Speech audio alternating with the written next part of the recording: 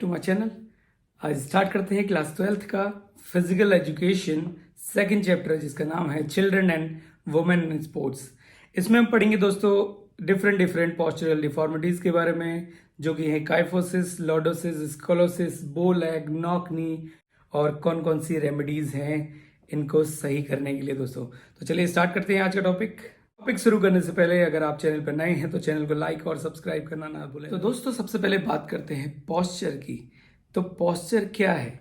Posture हमारी body का सही तरीके से बैठना, सही तरीके से चलना और सही तरीके से सोना है। अब बात करते हैं पॉस्चर के टाइप। तो दोस्तों इस बार जो ऐड हुआ है वो हुआ है स्टैटिक और डायनामिक पॉस्चर। तो कहीं पर भी दोस्तों स्टैटिक जब यूज हो तो याद रखिएगा स्टैटिक मीन्स है स्टेबल पोजीशन में, और कहीं पर भी डायनामिक यूज हो तो डायनामिक का मीन्स है जब आपकी बॉडी मूवमेंट कर रही है। तो यानी चलने का तरीका डायनामिक पॉस्चर में आएगा, स्टेबल होके खड़े होने का तरीका स्टैटिक में आएगा दोस्तों। तो दोस्तों सबसे पहले बात करते हैं नॉक नी की। जैसे कि नाम से ही पता चलता है नॉक नीज, यानी नीज जो हमारे नीज हैं वो एक दूसरे की ओर को क्या होता है, चिपके रहते हैं। तो आइए जानते हैं कैसे। तो दोस्तों नॉक नी जो है पॉस्चरल डिफॉर्मिटीज़ है। इसमें हमारे घुटने एक दूसरे की ओर को चिपके रहते हैं।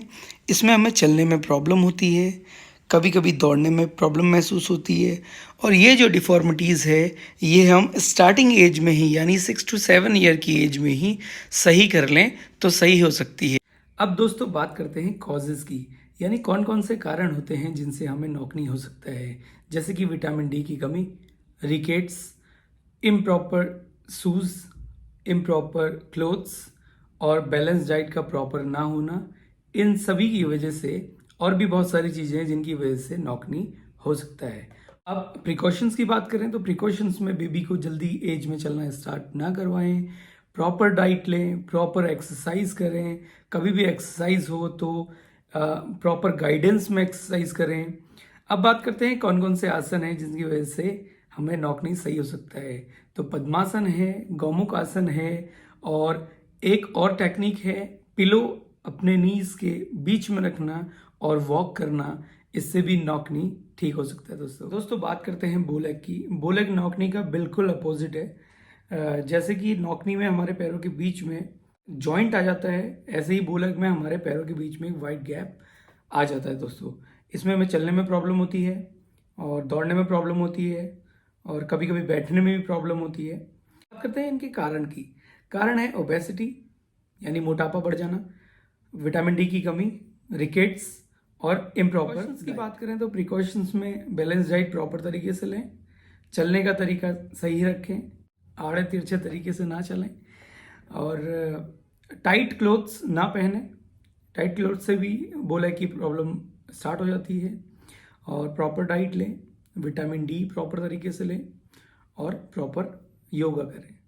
बात करें बोलेग की तो बोलेग गरुड़ासन से सही हो सकता है। अब बात करते हैं दोस्तों फ्लैट फुट की। तो फ्लैट फुट में हमारी जो पैरों की पोजीशन में आर्च प्रॉपर तरीके से नहीं बन पाता है। इसको चेक करने के लिए अपने पैरों को पानी में भिगाएं, पानी में भिगाने के बाद फर्श पर चलें। अगर प्रॉपर तरीके से आर्च बनता है तो हमें फ्लैट फुट नहीं है, अगर प्रॉपर तरीके से आर्च नहीं बनता है तो ये कंडीशन फ्लैट फुट की है। दोस्तों बात करें प्रिकॉशंस की फ्लैट फुट के, तो वेट को बढ़ने नहीं देना, प्रॉपर शूज़ पहनना, देर तक कहीं पर खड़े मत रहना और डाइट को प्रॉपर तरीके से लेना, ये सारी चीज़ें हैं प्रिकॉशंस के लिए। अब बात करें करेक्टिव मेजर्स की, तो सबसे पहला है अपने हील्स को अप एंड डाउन करके एक्सरसाइज करना और प्रॉपर तरीके से स्किपिंग करना, टोस पे वॉक करना। बात करें आसन की तो अधोमुक्तासन और वज्रासन सबसे बेस्ट योगा है फ्लैट फुट को सही करने के लिए दोस्तों।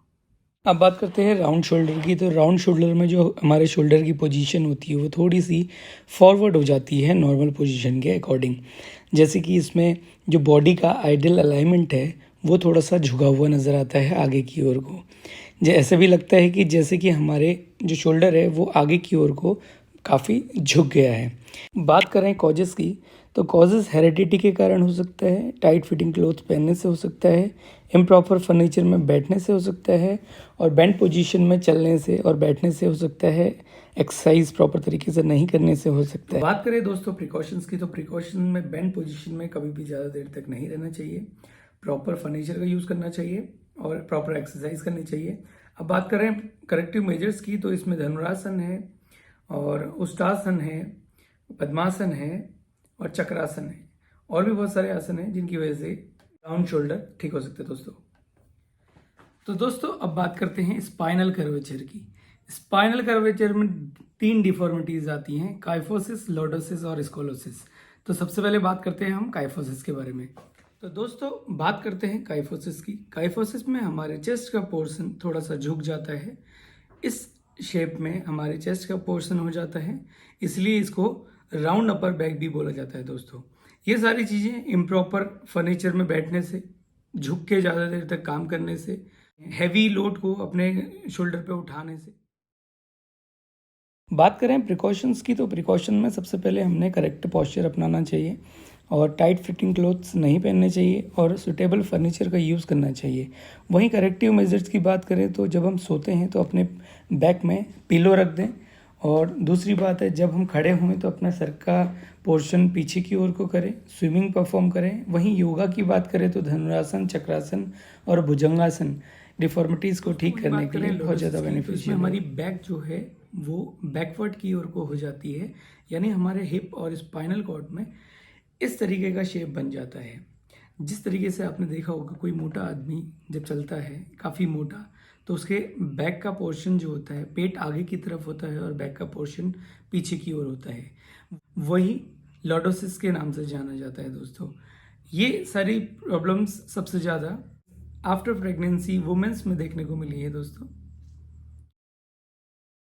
वहीं बात करें कॉजेज़ की, तो कॉजेज़ में इम्बेलेंस डाइट और मसल्स का डेवलप ना होना, पुअर पोस्चर, ओवरवेट यानी ओबेसिटी और स्पाइन में डिजीज़ का हो जाना, ये प्रॉब्लम है। प्रिकॉशंस हम लोग बैलेंस डाइट ले सकते हैं और सीधे खड़े हो सकते हैं, वेट को ज़्यादा उठा नहीं सकते हैं। करेक्टिव मेजर्स की बात करें तो सिटअप्स रेगुलरली करने हैं, सीधे खड़े होने के बाद अपने फीट को टच करना है, और धनुरासन और हलासन योगा एक्सरसाइज करने से लॉर्डोसिस में बहुत ज़्यादा सुधार आ सकता है। स्कोलोसिस की, तो स्कोलोसिस में क्या होता है, हमारा एक शोल्डर ऊपर की ओर को और एक शोल्डर नीचे की ओर को हो जाता है, यानी हमारा जो शेप है वो एस शेप में आ जाता है दोस्तों। जैसे अभी हाल ही में एक मूवी आई थी पुष्पा मूवी, तो उसमें देखा होगा आपने, उसका एक कंधा ऊपर की ओर को था, तो यानी ये जो शेप है वो स्कोलोसिस बीमारी का संकेत देता है दोस्तों। यानी पुष्पा भाऊ को स्कोलोसिस की बीमारी थी, ऐसा भी सोच सकते हैं हम। दोस्तों कॉजेज की बात करें तो सबसे पहला है बर्थ डिफेक्ट, यानी पैदा होने के साथ ही प्रॉब्लम स्टार्ट हो जाती है। दूसरा है हमारी स्पाइन का खिंच जाना। तीसरा है और एक तरफ का जो हमारे पैर का लेंथ है वो छोटा हो जाना, या दोनों साइज में अंतर होना, या एक शोल्डर पे ज़्यादा हैवी वेट ले लेना, रॉन्ग स्टैंडिंग और सिटिंग पॉस्चर, अनसुटेबल फर्नीचर और एक तरफ की मसल्स का वीक हो जाना दोस्तों। प्रिकॉशंस की बात करें तो एक हाथ में वेट लेकर ज़्यादा देर तक नहीं चलना, करेक्ट पॉस्चर लेना, सुटेबल फर्नीचर का इस्तेमाल करना, बैलेंस डाइट लेना और एक साइड में लेट के पढ़ाई नहीं करना। वहीं करेक्टिव मेजर्स की बात करें तो हॉरिजॉन्टल बार को होल्ड करके उस पर लटकना, स्विमिंग में बेस्ट स्ट्रोक टेक्निक को यूज़ करना, और जो सी शेप बेंडिंग है उसकी अपोजिट साइड में एक्सरसाइज परफॉर्म करना। वहीं योगा की बात करें तो त्रिकोणासन और अधोमुखासन इसके लिए बहुत ज़्यादा बेनिफिशियल है। इतना ही, नेक्स्ट टाइम क्लास 12th का यूनिट 2 का पार्ट 2 लेके आएंगे। तब तक का इजाज़त दीजिए। जय हिंद दोस्तों।